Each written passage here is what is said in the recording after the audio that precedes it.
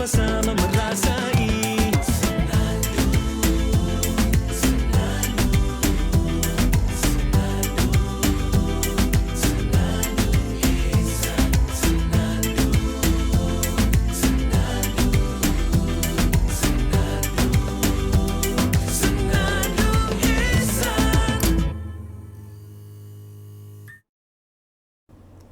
Assalamualaikum warahmatullahi taala wabarakatuh. Alhamdulillah wa syukrulillah wassalatu wassalamu ala Rasulillah wa ala alihi wa sahbihi wa man wala. Tuan-tuan, puan-puan, saudara-saudari sidang penonton yang dihormati sekalian, alhamdulillah syukur kepada Allah Subhanahu wa taala kerana pada kali ini saya berkesempatan bersama-sama dengan kumpulan Aula dan kita akan berbincang satu tajuk yang saya kira sangat penting. Bukan ulat sebarang ulat tetapi ulat buku yang baik, insya-Allah. Saya teringat ungkapan yang kita boleh jadikan mukadimah kepada perbincangan kita nanti. Siapa kamu 5 tahun yang akan datang ditentukan oleh dua perkara. Pertama, dengan siapa kamu bergaul, dengan siapa kamu bersama, dan yang kedua, buku apa yang kamu akan baca. Jadi dua perkara inilah yang akan menentukan siapa kita pada 5 tahun akan datang. Pertama, siapa kita bergaul. Yang kedua, buku apa yang kita baca. InsyaAllah kita akan mulakan perbincangan kita ini secara santai. Mudah-mudahan dengan itu akan ada manfaatnya bersama kita, insyaAllah. Masya Allah, itu dia kata-kata hikmah penuh bijaksana daripada Al-Fadhil Ustaz Fahrul Muhammad Joy, tetamu kita untuk episod sulung. Siapa pos, siapa tamu ni? Itulah, kami pun terpesona sebenarnya dengan kata-kata hikmah sebentar tadi. Apa pun, ini dia episod sulung untuk Senandung Ihsan bersama Aula. Dan tetamu kita untuk kali ini adalah Al-Fadhil Ustaz Fahrul Muhammad Joy. Assalamualaikum Ustaz. Waalaikumsalam warahmatullahi taala wabarakatuh. Terima kasih Ustaz. Sama-sama. Sehingga mengelirukan penonton. Siapa pos? Siapa tetamunya? Ustaz tetamu kita hari ini. Dan hari ini alhamdulillah Ustaz dan sahabat-sahabat sekalian, kita berada di studio Abraham and Sorrells di Eco Majestic selaku penaja lokasi kita, yang mana Senandung Ihsan ini kita bawakan khusus untuk berbicara tentang topik-topik yang dipilih setiap episod yang dibawakan. Hari ini kita ada cerita tentang ulat buku. Dalam masa yang sama, insya-Allah kita akan berkongsikan rasa simpati dan keprihatinan kita untuk membantu sahabat-sahabat selebriti yang terkesan dalam tempoh pandemik. Kita juga bawakan bingkisan-bingkisan kebudayaan yang dibawakan dari seluruh negeri Selangor khususnya. Apa yang menarik? Ya, dan yang paling penting sekali ada persembahan-persembahan nasyid yang luar biasa daripada teman-teman nasyid kita. InsyaAllah. Mari kita mulakan. Boleh kita mula Ustaz? InsyaAllah. InsyaAllah. Baik, tadi. Perkembangan dulu, perkembangan. Baik, Allah tak tadi khabar lagi Ustaz kita. Assalamualaikum sekali lagi Ustaz. Waalaikumsalam warahmatullahi wabarakatuh. Sihat kita dah. Apa perkembangan terkini Ustaz Fahrul Muhammad Joy? Saya perkembangan terkini biasalah sebagai seorang penulis, saya terus menulis, insya-Allah. Sebagai seorang dai, seorang pendakwah, saya terus menyampaikan ilmu pada medium yang sedia adalah, insya-Allah. Walaupun kekangan kita pandemik ini ada masih mencengkam, tetapi itu bukanlah satu hambatan ataupun kekangan kepada dakwah. Dakwah terus mengalir, insya-Allah. Ramai juga mungkin yang mengikuti perkongsian Ustaz di media sosial dengan luahan-luahan rasa dan juga kata-kata bijaksana yang harus kita baca. Dan cakap tajam. Tajam dia. Yang tajam tu kita simpan dulu, taring tu. Apa pun, mungkin bila bercerita tentang membaca, Ustaz tadi pernah mulakan dengan kata-kata bijaksana bagaimana kita nanti adalah berdasarkan apa yang kita baca, Ustaz. Mungkin boleh kupas lebih lanjut apa yang dimaksudkan dengan apa yang kita baca. Mungkin tajuk bukunya, tebal bukunya, bagaimana Ustaz? Ya, ungkapan saya tadi ialah ungkapan orang yang bijaksana. Siapa kita 5 tahun yang akan datang ditentukan oleh dengan siapa kita bergaul dan buku apa yang kita baca. Tentang peranan siapa kita bergaul tu memang ada hadisnya mengatakan bahawa agama seorang ditentukan siapa temannya. Tetapi soal buku ini sebenarnya memberi kesan impak kepada orang yang membaca. Kerana you are what you selalu dikata eat kan. You are what you read. Kamu adalah apa yang kamu baca. Kerana manusia ni ada dua dalaman, satu dalamannya, satu luarannya. Tetapi hakikat manusia ialah suatu yang dalamannya, iaitu akal, hati dan juga nafsunya, perasaannya. Jadi membaca ini akan memberi makanan kepada dalaman kita seperti kita makan fizikal untuk jasad kita. Jadi kalau makanan itu baik, insya-Allah kita akan terarah kepada kebaikan. Contohnya apabila kita membaca sesuatu yang datang daripada yang baik, tentunya Al-Quran, hadis dan juga bahan bacaan yang disintesiskan daripada dua sumber ini. Jadi apabila kita baca sesuatu yang baik, pertama akal kita hadam. Akal ni adalah cahaya bagi hati. Akal adalah penasihat bagi hati. Kalau dia dapat input yang baik, dia akan menasihati hati baik. Jadi dan hati ini adalah raja dalam kerajaan diri. Kalau raja baik, seluruh panca indera kita akan baik. Ya, InsyaAllah. Terima kasih. Jadi mata jadi baik, pendengaran kita akan jadi baik, kaki tangan semua jadi baik. Kalau hati baik, datang daripada penasihat yang baik, iaitu akal tadi. Dan akal itu mendapat ilmunya daripada pembacaan. Ya, jadi ini penting. Sebab tu kalau kita lihat dalam kehidupan kita, membaca ini bukan suatu hobi. Selalu orang kata hobi kamu membaca. Tidak. Membaca adalah satu keperluan. Membaca adalah satu tuntutan. Membaca adalah satu kewajiban. Jadi apabila kita nak membentuk diri kita, perlu kita mulakan dengan pembentukan akal, hati dan juga nafsu, dan antara elemen yang paling penting ialah kita perlu membaca. Ya, jadi inilah yang pentingnya apabila kita nak membentuk diri kita dan juga umat ini, mulakan dengan membaca. InsyaAllah. Membaca adalah anak kunci kepada ilmu. Ilmu adalah imam, manakala amal adalah makmum. Jadi sebelum kita beramal, perlu ilmu itu ada juga, sebab dialah pemandu kita. Al-ilmu nurun wa jahlun dhalamun. Ilmu adalah cahaya, kejahilan itu adalah kegelapan. Itu. Terima kasih. Menarik. Kita rasa kalau boleh dicatik tu Awal dah banyak dah keluar dah. Kami duk tunggu itu. Macam mutara-mutara yang bertaburan untuk kita kutip bersama daripada Al-Fadhil Ustaz Fahrul. Tadi Ustaz cerita tentang apa, bagaimana rasanya macam saya nak je pergi patah balik zaman kanak-kanak dulu. Kalau kita tulis kat buku biodata kawan-kawan kan, hobi membaca itu kan, rasa nak padamnya, nak ikut apa yang Ustaz kata. Membaca itu adalah satu tuntutan. Baik. Itu yang sebab Ustaz sebut tadi berkaitan dengan kalau ikut sumber dan masdar utama kita ni memang Al-Quran lah. Maknanya saya selalu melihat kepada macam mana orang selalu integratekan bahawasanya Al-Quran itu tuntutan awal dia Iqra, membaca tu. Maknanya ini bukan suruhan supaya jadi hobi, Ustaz, saya rasa. Macam yang Ustaz sebutkan tadi, dia ni memang sepatutnya menjadi apa kepada kita tu, apa sebenarnya. Menjadi umat Islam sebenarnya adalah menjadi umat yang membaca automatik. Sebab perintah pertama, komunikasi pertama Allah Subhanahu Wa Taala dengan umat Nabi Muhammad sallallahu alaihi wasallam, umat Nabi Muhammad ialah seluruhlah, tak kira Islam dan bukan Islam. Selalu kita kata umat Nabi Muhammad tu orang Islam saja, tidak. Umat Nabi Muhammad ialah seluruh manusia kan. Jadi tuntutan yang pertama ialah Iqra. Kita tengok dalam surah yang pertama, kita ada juga nasyid itu ya. Dia kata mula-mula Iqra bismi rabbikal ladzi khalaq, khalaqal insana min 'alaq. Ya. Kemudian sekali lagi ya, Iqra wa rabbukal akram, ya, maksudnya bacalah dengan nama Tuhanmu yang menjadikan, ya, begitu ya, yang menciptakan. Jadi kemudian diulang lagi, Iqra wa rabbukal akram, bacalah dengan nama Tuhanmu yang mulia. Ya, begitu. Jadi pelik kalau kita fikir secara rasional, kenapa tak mula dengan solat? Solat adalah tiang agama.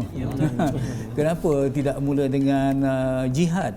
Jihad ni bukhul ibadah, ya, kalau kita lihat. Tetapi kenapa membaca? Rupanya subhanallah, dari segi aulawiyat, dia kata first thing first. Dari segi aula tadi, kumpulan aula, ya, aulawiyatnya biasanya bila kita membaca tu memberi makanan pada akal dan juga mencerahkan hati dan mententeramkan perasaan. Jadi dan membaca ini menyebabkan kita akan dapat iman. Sebab Iqra bismi rabbikal ladzi khalaq, yang Allah yang menjadikan. Bukan sembarang bacaan, tetapi bacaan yang dekat dengan Allah yang menjadikan. Ya, bukan sembarang bacaan, tetapi kita membaca dengan merasakan Allah tu akram, ya, satu yang maha mulia. Allah maha mulia. Jadi apabila kita membaca sesuatu yang mulia ini, insya-Allah kita akan dapat satu kekuatan untuk beramal. Jadi macam mana manusia beramal? Mesti daripada iman dia kan. Jadi iman tu dipupuk, dia insya-Allah bila iman tu dipupuk, segalanya perubahan akan berlaku. Daripada iman yang telah meresap ke dalam hati, insya-Allah dia akan solat. Daripada iman yang masuk ke dalam hati, insya-Allah dia akan bayar zakat dan segalanya. Tapi bermula dengan Iqra. Sebab itu subhanallah, saya teringat apa yang dikatakan oleh Imam Malik rahimahullah taala. Imam Malik rahimahullah taala menegaskan bahawa pembaikan umat yang kemudian mesti bermula dengan kaedah pembaikan umat yang terdahulu. Maksudnya kita berdepan dengan jahiliah yang kedua. Ya. Rasulullah SAW berdepan dengan jahiliah yang pertama. Jadi bila Iqra telah ternyata terbukti membaiki islah jahiliah yang pertama, maka Iqra juga mengikut kata Imam Malik akan mengislah jahiliah yang kedua ini. Jadi kita perlu pembacaan ini ataupun budaya membaca ini perlu disemarakkan. Tetapi malangnya, minta maaf sikit kalau kita terpaksa mengakui, kalau kita tidak boleh terperangkap dalam sindrom penafian, ya. Yang lebih banyak membaca ialah orang bukan Islam. Ya, saya teringat apa yang dikatakan oleh Muhammad Abduh, aku pergi ke barat, aku lihat Islam tanpa umat Islam, tapi aku kembali ke Mesir ataupun ke timur, aku lihat umat Islam tanpa Islam. Jadi kenapa? Antaranya ialah apabila dia pergi ke barat, dia lihat orang sana memang gigih membaca. Ya, gigih membaca. Budaya dah membaca. Padahal kita yang patutnya mengunggulinya. Ya. Kalau kita lihat Jepun saja, Jepun membaca buku lebih kurang hitung panjang 40 buku 1 tahun. Ya, bandingan Malaysia mengikut kajian kata 2 buah buku saja. Sedangkan kita ni subhanallah, kita adalah umat yang membaca. Sebab tu saya teringat satu kata-kata yang agak sinis, kata Al-Quran turun di Mekah, ya, dibaca di Kuala Lumpur ataupun di Malaysia, tapi diamalkan di Tokyo. Jadi kita tengok macam mana keadaan itu, ya. Jadi ini masanya untuk kita menerima hakikat kita sudah ketinggalan, dan ini masanya untuk kita memecut kembali yang suatu yang sepatutnya menjadi hak kita, iaitu membaca. Insya-Allah.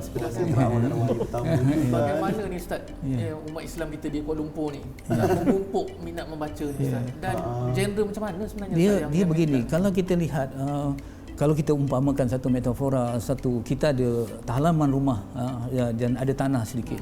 Kalau tanah itu dibiarkan saja, dia tak akan tumbuh keledek. Selalunya dia akan tumbuh lalang. Betul ya. Begitu juga kalau kita lihat pada manusia ni, pembacaan ni perlu dipupuk, perlu dibajai, perlu ditanam, ya.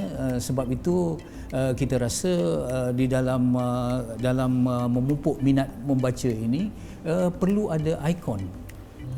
Perlu ada ikon yang melihat penggerak yang menjadikan ini adalah pembaca. Walaupun Rasulullah sallallahu alaihi wasallam seorang ummi, kan, tetapi Rasulullah lah yang mulakan budaya membaca. Ya, juga. Kalimah Iqra tu kata mengikut kalau ulama bukan kalimah perintah kepada Rasulullah, bacalah, bukan, tetapi kalimah jadi orang yang membaca. Takwin, maksudnya bila Ibrahim kata Iqra, maka 3 kali diulang, Rasulullah sendiri adalah yang membaca.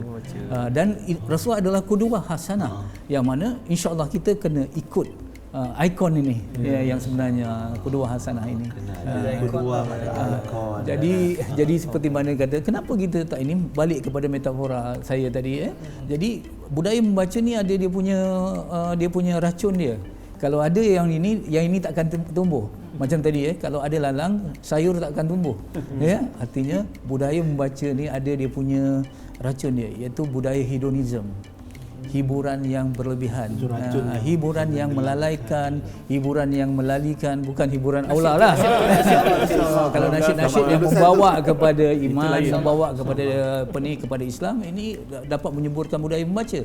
Tapi kalau hedonism semata-mata, hiburan yang melalaikan, yang melalikan, yang sebagainya, dia akan bertentangan dengan membaca. Kalau ada yang ini tu. Jadi sebab itu kalau kita lihat sekarang ni manusia leka beribu.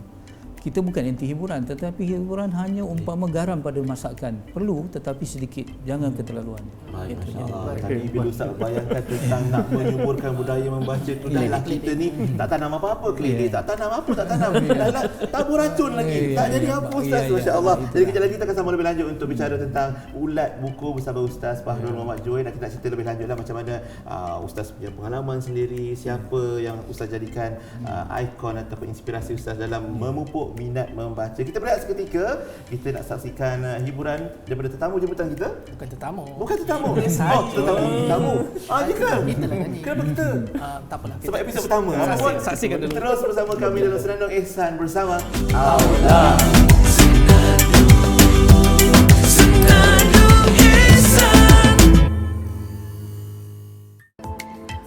Lirik OYO pertama ni memang tulisan daripada Ito Lara.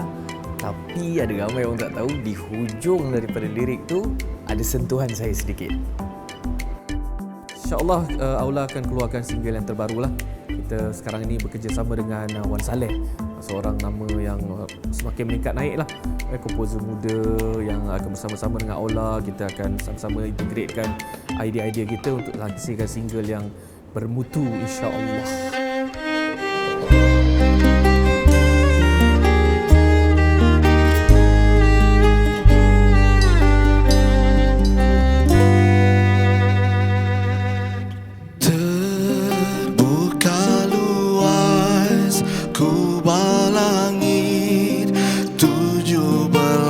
Ramadan al-Mubarak, terpancar sinar cahaya putih menggentarkan abid yang beruzlah, bagaikan petir menyambar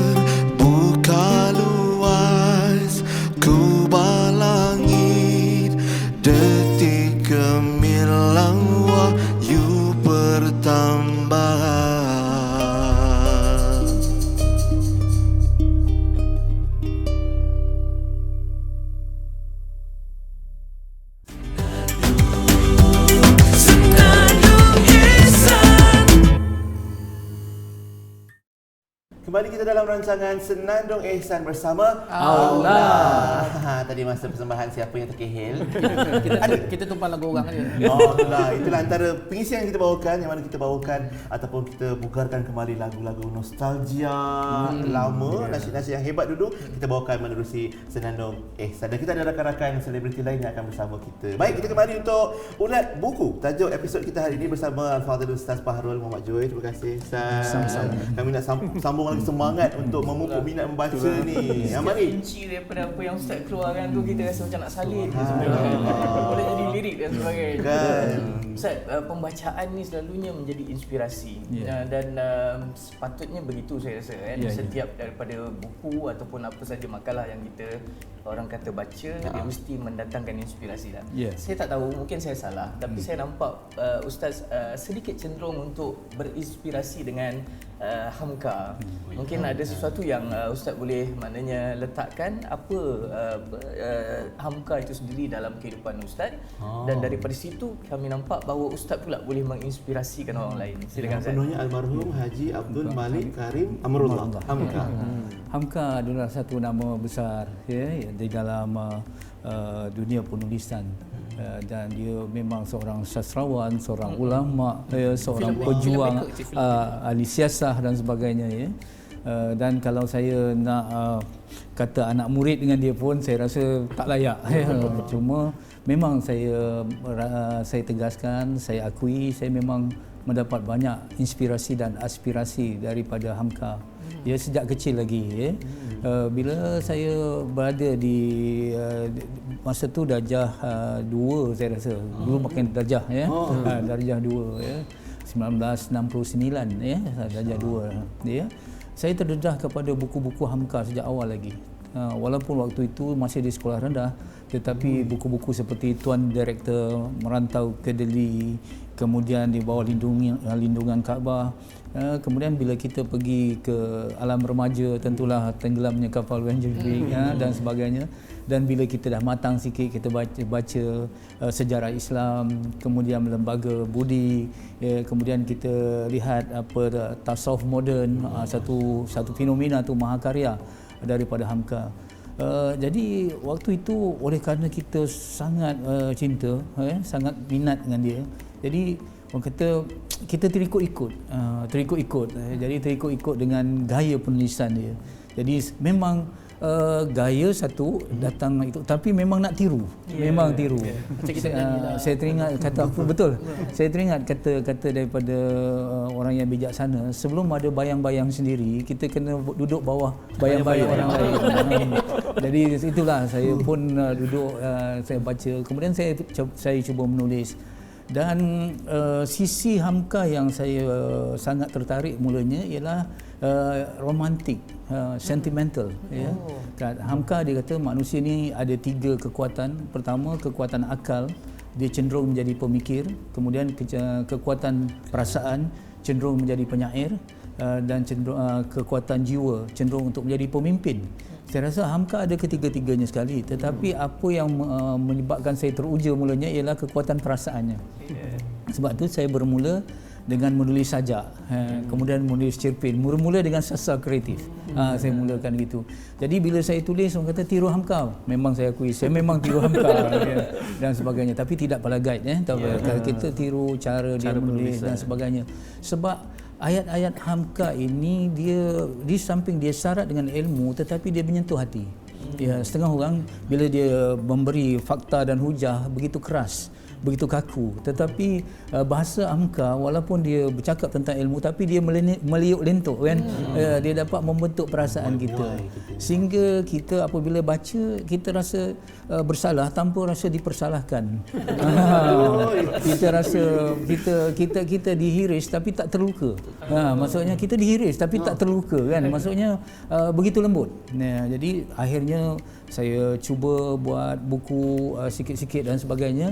Akhirnya mungkin mudah-mudahan apa yang saya belajar daripadanya. Sebab itu dikatakan kalau kita bersedia menjadi murid, guru akan tiba. Maksudnya walaupun kita tak pernah berjumpa guru tu, tetapi kita akan dapat belajar kalau kita betul-betul tawaduk, betul-betul cuba rendahkan diri, belajar ikut satu-satu, insya-Allah kita boleh. Walaupun mungkin hanya di hujung kuku Hamka aja, tetapi saya suka juga apa ni, suka tumpang suka orang kata tulisan Pak Harul ni macam tulisan Hamka, kembang juga rasanya. Jadilah kalau gitu, walaupun perasan aja kan. Ya Allah, Kami buku Okey, ustaz lah kami. Ustaz darjah 2 dah baca buku Hamka. Buya Hamka. Kami darjah 2 masih setia buku mewarna. Masya-Allah Ustaz. Tabarakallah, insya-Allah itu mungkin satu inspirasi juga buat kami dan kita semua yang menyaksikan Senandung Ihsan ni supaya macam Ustaz sebutkan tadi lah, kita ikut bayang-bayang orang sebelum bayang-bayang kita muncul. Dan insya-Allah gitulah kami juga insya-Allah nak meniti mengikut bayang-bayang Ustaz Fahrul kalau boleh kan, nak belajar banyak Buat daripada lirik Ustaz. kalau boleh. Ada Ustaz Fahrul lah ni. Allah, Malu. Baik. Okey Ustaz, saya nak tanya sikit. Macam kita dengar tadi Ustaz ada jelaskan, Ustaz ada banyak menulis dan menerbitkan buku. Tapi tidak dapat tidak pada zaman kini konten-konten seperti podcast dan video-video di aplikasi popular semakin mendapat perhatian lah generasi kita sekarang. Jadi Ustaz rasa masih adakah harapan lagi untuk industri buku cetak ni? Ya, Hadi. Bila kita tercipta komputer, orang mula menulis komputer, tapi pen dan pena terus. Orang tak berhenti menulis dengan pensel dan dengan pen. Tetap ada. Tetap ada. Jadi saya rasa ada dua persoalan kat situ, konten dengan kontainer. Maksudnya konten cara dengan Gen Y ni boleh melalui podcast ke ataupun keadaan-keadaan yang lain. Ya, tetapi untuk generasi macam saya ialah kita kena baca buku fizikal. Ya, sebab ada bau buku. Ada bau buku dah dekat. Kalau kita tak pegang, kita tak rasa macam tak feel. Tetapi saya tidak menyalahkan Gen Y. Soalnya sekarang bukan soal bagaimana, tetapi apa yang kita baca. Ya. Jadi soal baca melalui kaedah podcast ke apa sebagainya ataupun baca ni bukan soalnya. Itu soal nombor 2. Tetapi apa yang kita baca, sama ada buku fizikal ataupun melalui kaedah yang tadi itu. Ya, ini saya ingin meluahkan rasa hati kadang-kadang. Ada seorang yang terlibat, saya masih ingat lagi dia terlibat dalam industri buku, dia kata kalau nak laku buku ni kena ada 3 unsur. 3 unsur ni lakulah dia kata. Ini yang tidak bertanggungjawab lah. Bila ada unsur seks, kemudian mistik, yang ketiga gosip. Ada 3 ni boleh laku. Itu marketing, dia memberi. Jadi dia bertindak kepada masyarakat ataupun kepada pembaca umpama peniaga saja. Peniaga memberi apa yang pasaran dah. Tetapi penulis yang bertanggungjawab dia mesti umpama doktor ataupun tabib. Ya, dia memberi ubat yang mungkin pahit tetapi menyembuhkan. Jadi dalam konteks ini ubat boleh kita pelbagaikan, ya. Jangan generasi saya macam tu ni mesti nak buku fizikal juga. Kalau tak fizikal tak boleh, tidak. Kita kena meraihkan golongan yang membaca melalui screen ages, kata screen ages sekarang ni, bukan teenagers, screen ages. Sekarang ni kita bagi orang yang tua pula macam saya kena meraihkan, orang yang muda pun kena meraihkan juga. Saya rasa soal pendekatan bukan menjadi topik utama, bukan menjadi isu utama, tetapi konten itu je, bukan kontainer. Medium saja. Konten dan kontainer itu yang jadi menghiris tak terluka. Ya Allah. Baik, Azhari. Nak menutup? Tutup lah. Okay, nak tutup ke? Tak Kita puas tutup ni. cepatlah. Itulah. Sebenarnya tak puas lagi dengarkan apa puteri-puteri kata daripada Ustaz Fahrul. Boleh ke nak tanya sikit? Boleh. Jangan tanya saya, tanya Ustaz. Ustaz, nak memilih perkataan-perkataan yang macam puitis tadi tu macam mudah je Ustaz. Ustaz ada macam Bagi Ustaz lah. Macam mana Ustaz ya? Macam laju je. Dia sebenarnya bukanlah merujuk pada saya, pada siapa saja, ya. Maksudnya macam saya bertanya aula lah, tiba-tiba minta menasyid. Macam mana? Boleh je keluar kan. Sebab apa? Kita dah latih lama. Dan kita kalau boleh, ya, suatu tu kita hayati. Bukan hanya sebagai satu profession, tetapi memang jiwa kita begitu. Ya, kalau kita tengok kumpulan orang-orang yang contoh yang pomen baiki kereta ni, dia tak kisah kereta siapa pun, dia rosak je dia akan buat baiki. Dia tak kira berapa, dia seronok buat macam kumpulan nasyid juga. Orang yang berjaya ialah orang yang menjiwai. Ya, bila jiwai itu orang kata dia offhand dah. Dia dah ada hati dah tu. Bukan mungkin anda kata apa yang saya katakan ini mungkin hanya latihan yang 2-3 hari sebelum ni saya pun buat prepare, bukan. Sebenarnya adalah hasil pembacaan 20-30 tahun, 40 tahun yang lalu. Ya, jadi beginilah, ya, membina mengambil masa, meruntuh sekelip mata. Jadi kita kena bina Belanja betul. lagi, Ustaz, belanja lagi. Itulah. Kita punya istilah bila ustaz belanja tu lain macam hasilnya, tapi yang penting manfaat yang kita peroleh lah daripada perkongsian kita. Mungkin ustaz kalau bolehlah ustaz kongsikan kepada kami dan kepada sahabat-sahabat kita yang nak memupuk minat membaca, mungkin apa antara tips yang ustaz boleh kongsi supaya bila kita baca tu dapat penghayatan, kan saya sebutkan, bukan sekadar membaca je ustaz. Membaca mesti dikaitkan dengan ilmu. Dan ilmu itu umpama air pada hati kita ya. Air yang mengalir akan bersih dan jernih, manakala air yang bertakung akan kotor dan berkeladak. Betul ya? Jadi manusia ini kena berterusan belajar. Bila berterusan belajar, fikirannya akan jernih, jiwanya akan bersih. Tetapi bila dia berhenti belajar, fikirannya akan berkeladak, jiwanya akan itu. Jadi dia perlu berterusan dengan ilmu, artinya berterusan membaca. Saya teringat ungkapan juga yang saya rasa elok kita hayati. Dia kata, when you stop learning, you stop leading. Apabila kita berhenti belajar, kita berhenti memimpin. Tetapi bila kita kaitkan dengan membaca, when you stop learning, when you stop reading, you stop learning. When you stop learning, you stop leading. Jadi insya-Allah umat yang memimpin adalah umat yang membaca. Leaders are learners. Jadi insya-Allah umat ini akan bangun kembali sekiranya kita boleh memimpin balik dunia ini apabila kita hidupkan budaya Iqra di dalam masyarakat kita. InsyaAllah itu bukan satu pesanan, tetapi itu sebenarnya satu amanat. Yang ini adalah perjuangan kita. InsyaAllah. Saya rasa itu sajalah. Kita yang di rumah tu buku dekat rak tu dah lama berabuk. Baca betul-betul penuh penghayatan. InsyaAllah we start reading and insyaAllah we start learning and we start leading. InsyaAllah. Alhamdulillah. Dan kita mungkin dia dah berada di penghujung. Betul? Azhari. Simpan soalan sampai hujung ni.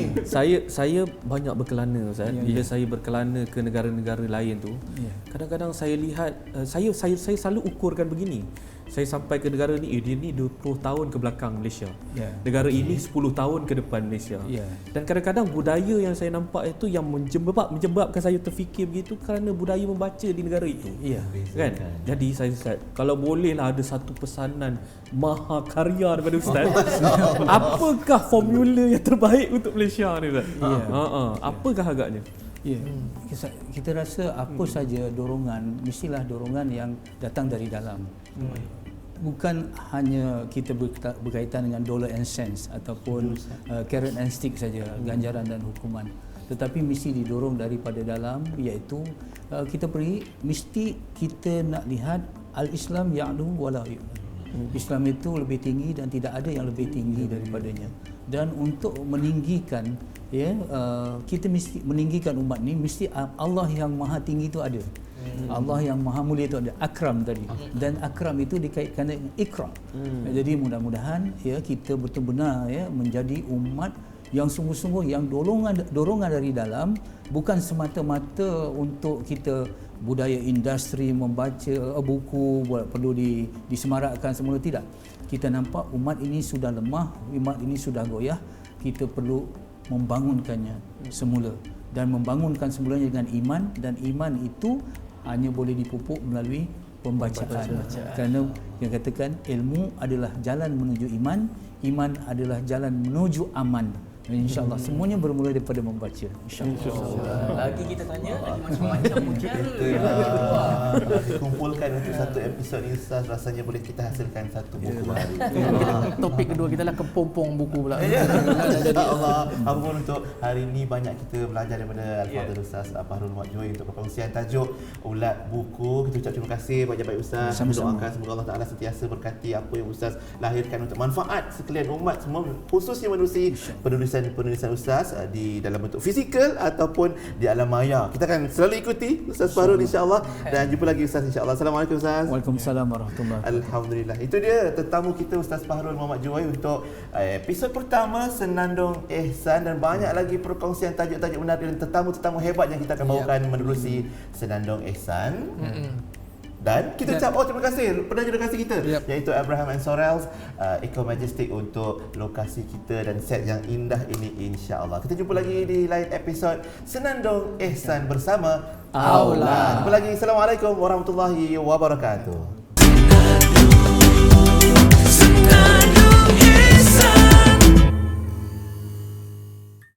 Sebelum kita menyaksikan persembahan nasyid berikutnya, ingin kami kongsikan kepada penonton satu segmen khas yang kami namakan Ziarah.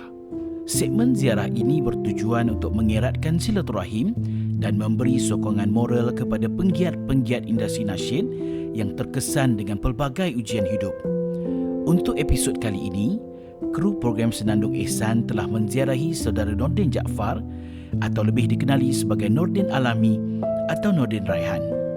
Saudara Nordin seorang komposer dan juga penulis. Sebelum ini dimasukkan ke hospital kerana jangkitan kuman kencing tikus.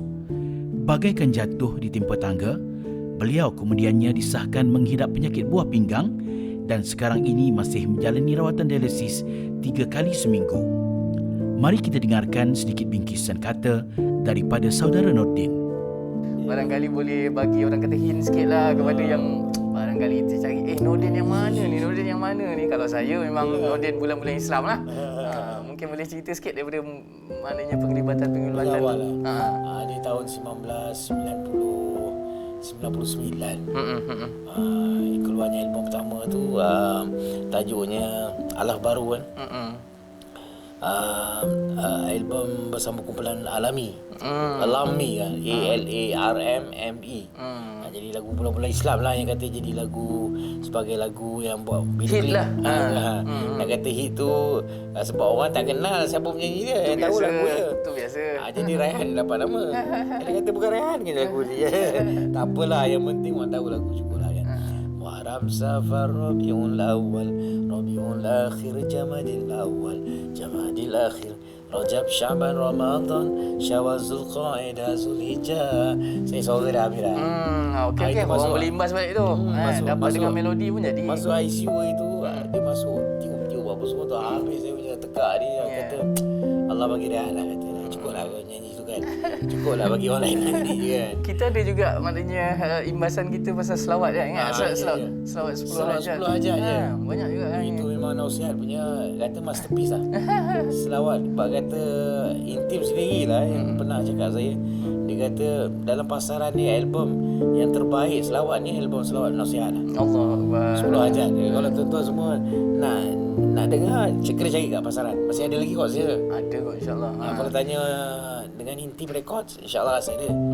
Sebab itulah album yang kata masterpiece lah. Ada usaha kita sama kan. Ada usaha bersama, gerak kerja bersama tu. Banyak juga melodi-melodi daripada melodi tu semua saya rasa dalam surau. Daripada Tuan Nordin kan. Bulan puasa dalam surau.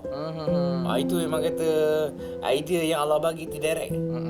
Sebab benda tu nak buat cepat. Jadi yang datang pun dia datang instant. Laju datang tu. Memang kata Allah Ta'ala bagi tu kita terus buat. Dia tak ada banyak cerita kan. Tak ada nak fikir komersial ke apa masa tu. Tapi Alhamdulillah lah bila dia jadi tu, ya sentuhan daripada nasihat tu, kita pun tahu nasihat pun yang terbaik kan. Kumpulan yang terbaik dari segi vokal sama-sama tu, sekali-sekali. Jadi bila dapat lagu-lagu, kata lagu tak sedap pun dia jadi sedap. Dia kata nasihat ni lagu tak sedap pun jadi sedap. Tu ada penglibatan juga kan. Ada juga orang yang kenal Nordin Raihan. Cerita lama tu cerita.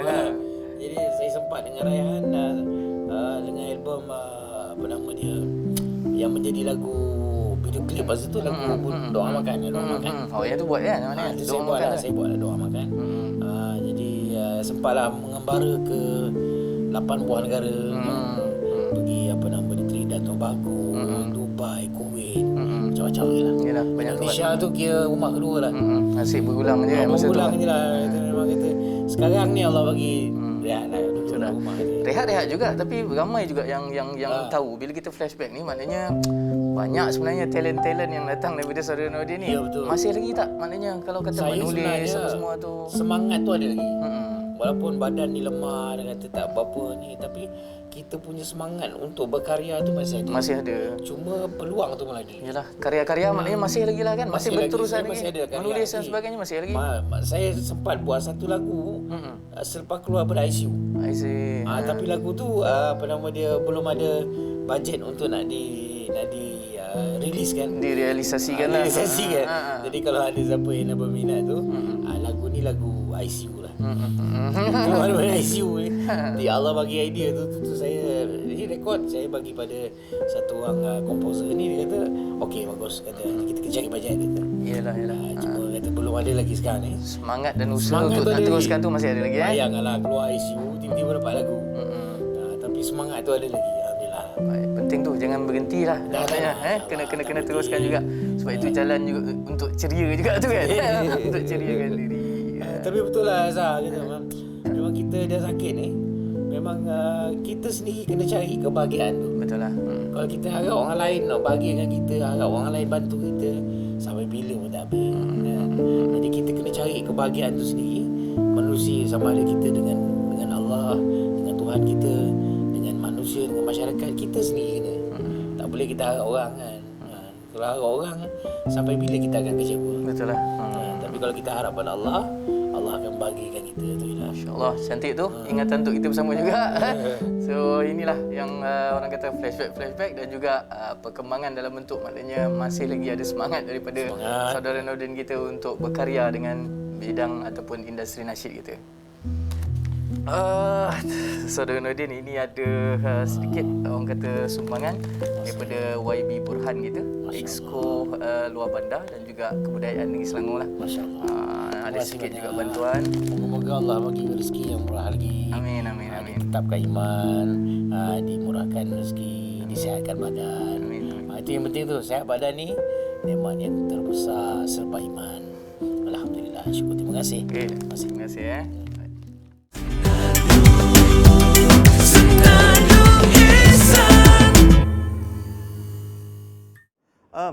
Saya suka memilih buku-buku yang membawakan genre ataupun tajuk tentang teknologi terkini, macam contoh cryptocurrency, kita ada teknologi dalam perubatan, tapi yang dikaitkan dengan pemahaman Islam, supaya bila kita baca, kita kaitkan dengan teknologi tersebut dengan apa yang termaktub dalam Al-Quran, jadi kita dapat faham dalam dua bidang, untuk dunia dan akhirat. Okey, saya sebenarnya dengan Azrino, kami ada buat buku audio lah, demi nama Telinga, tapi oleh kerana PKP ni kami ada terhenti sekejap. InsyaAllah bulan nanti kita akan mulakan balik, insyaAllah, doakan.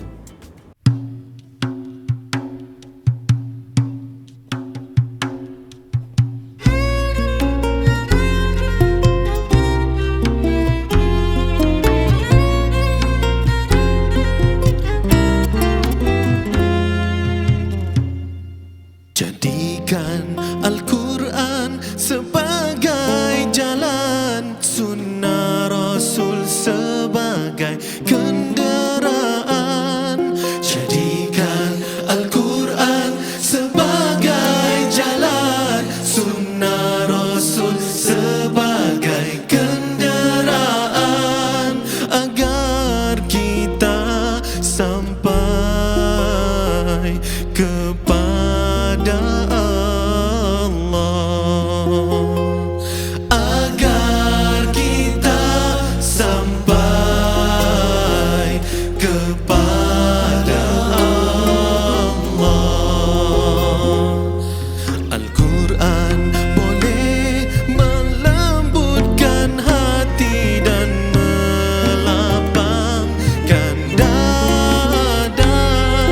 Al-Quran boleh melembutkan hati dan melapangkan dada, kalau dibaca dengan maknanya dan difahami.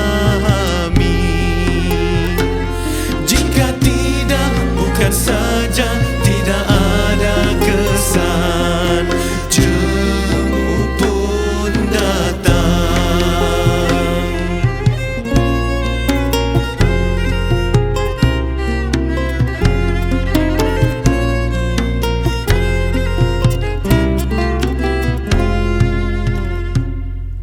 Jadikan Al-Quran sebagai jalan, sunnah Rasul sebagai kenderaan. Jadikan Al-Quran sebagai jalan, sunnah Rasul sebagai kenderaan, agar kita sampai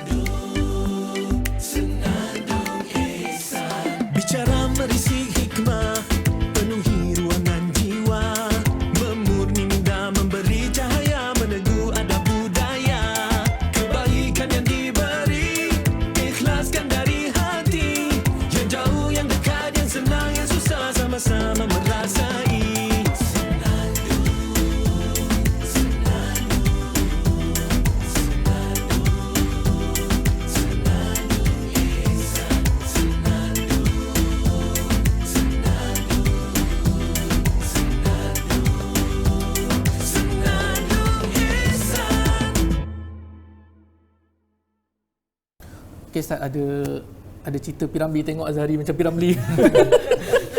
Cerita Piramli, dia ada sebuah filem Piramli yang menekankan pentingnya membaca. Ustaz tahu ke kenapa saya nak bagi ABC? Bagi ABC. Oh, buat kuis kat Ustaz. yang lain dah tahu, kita okay. A labu-labi, B ibu mertuaku, dan C pendekar bujang lapuk. Jawapannya C, pendekar bujang lapuk. Betul. Kat mana scene dia? Alip tendang wah apa semua. Alhamdulillah. Sarkis Haji.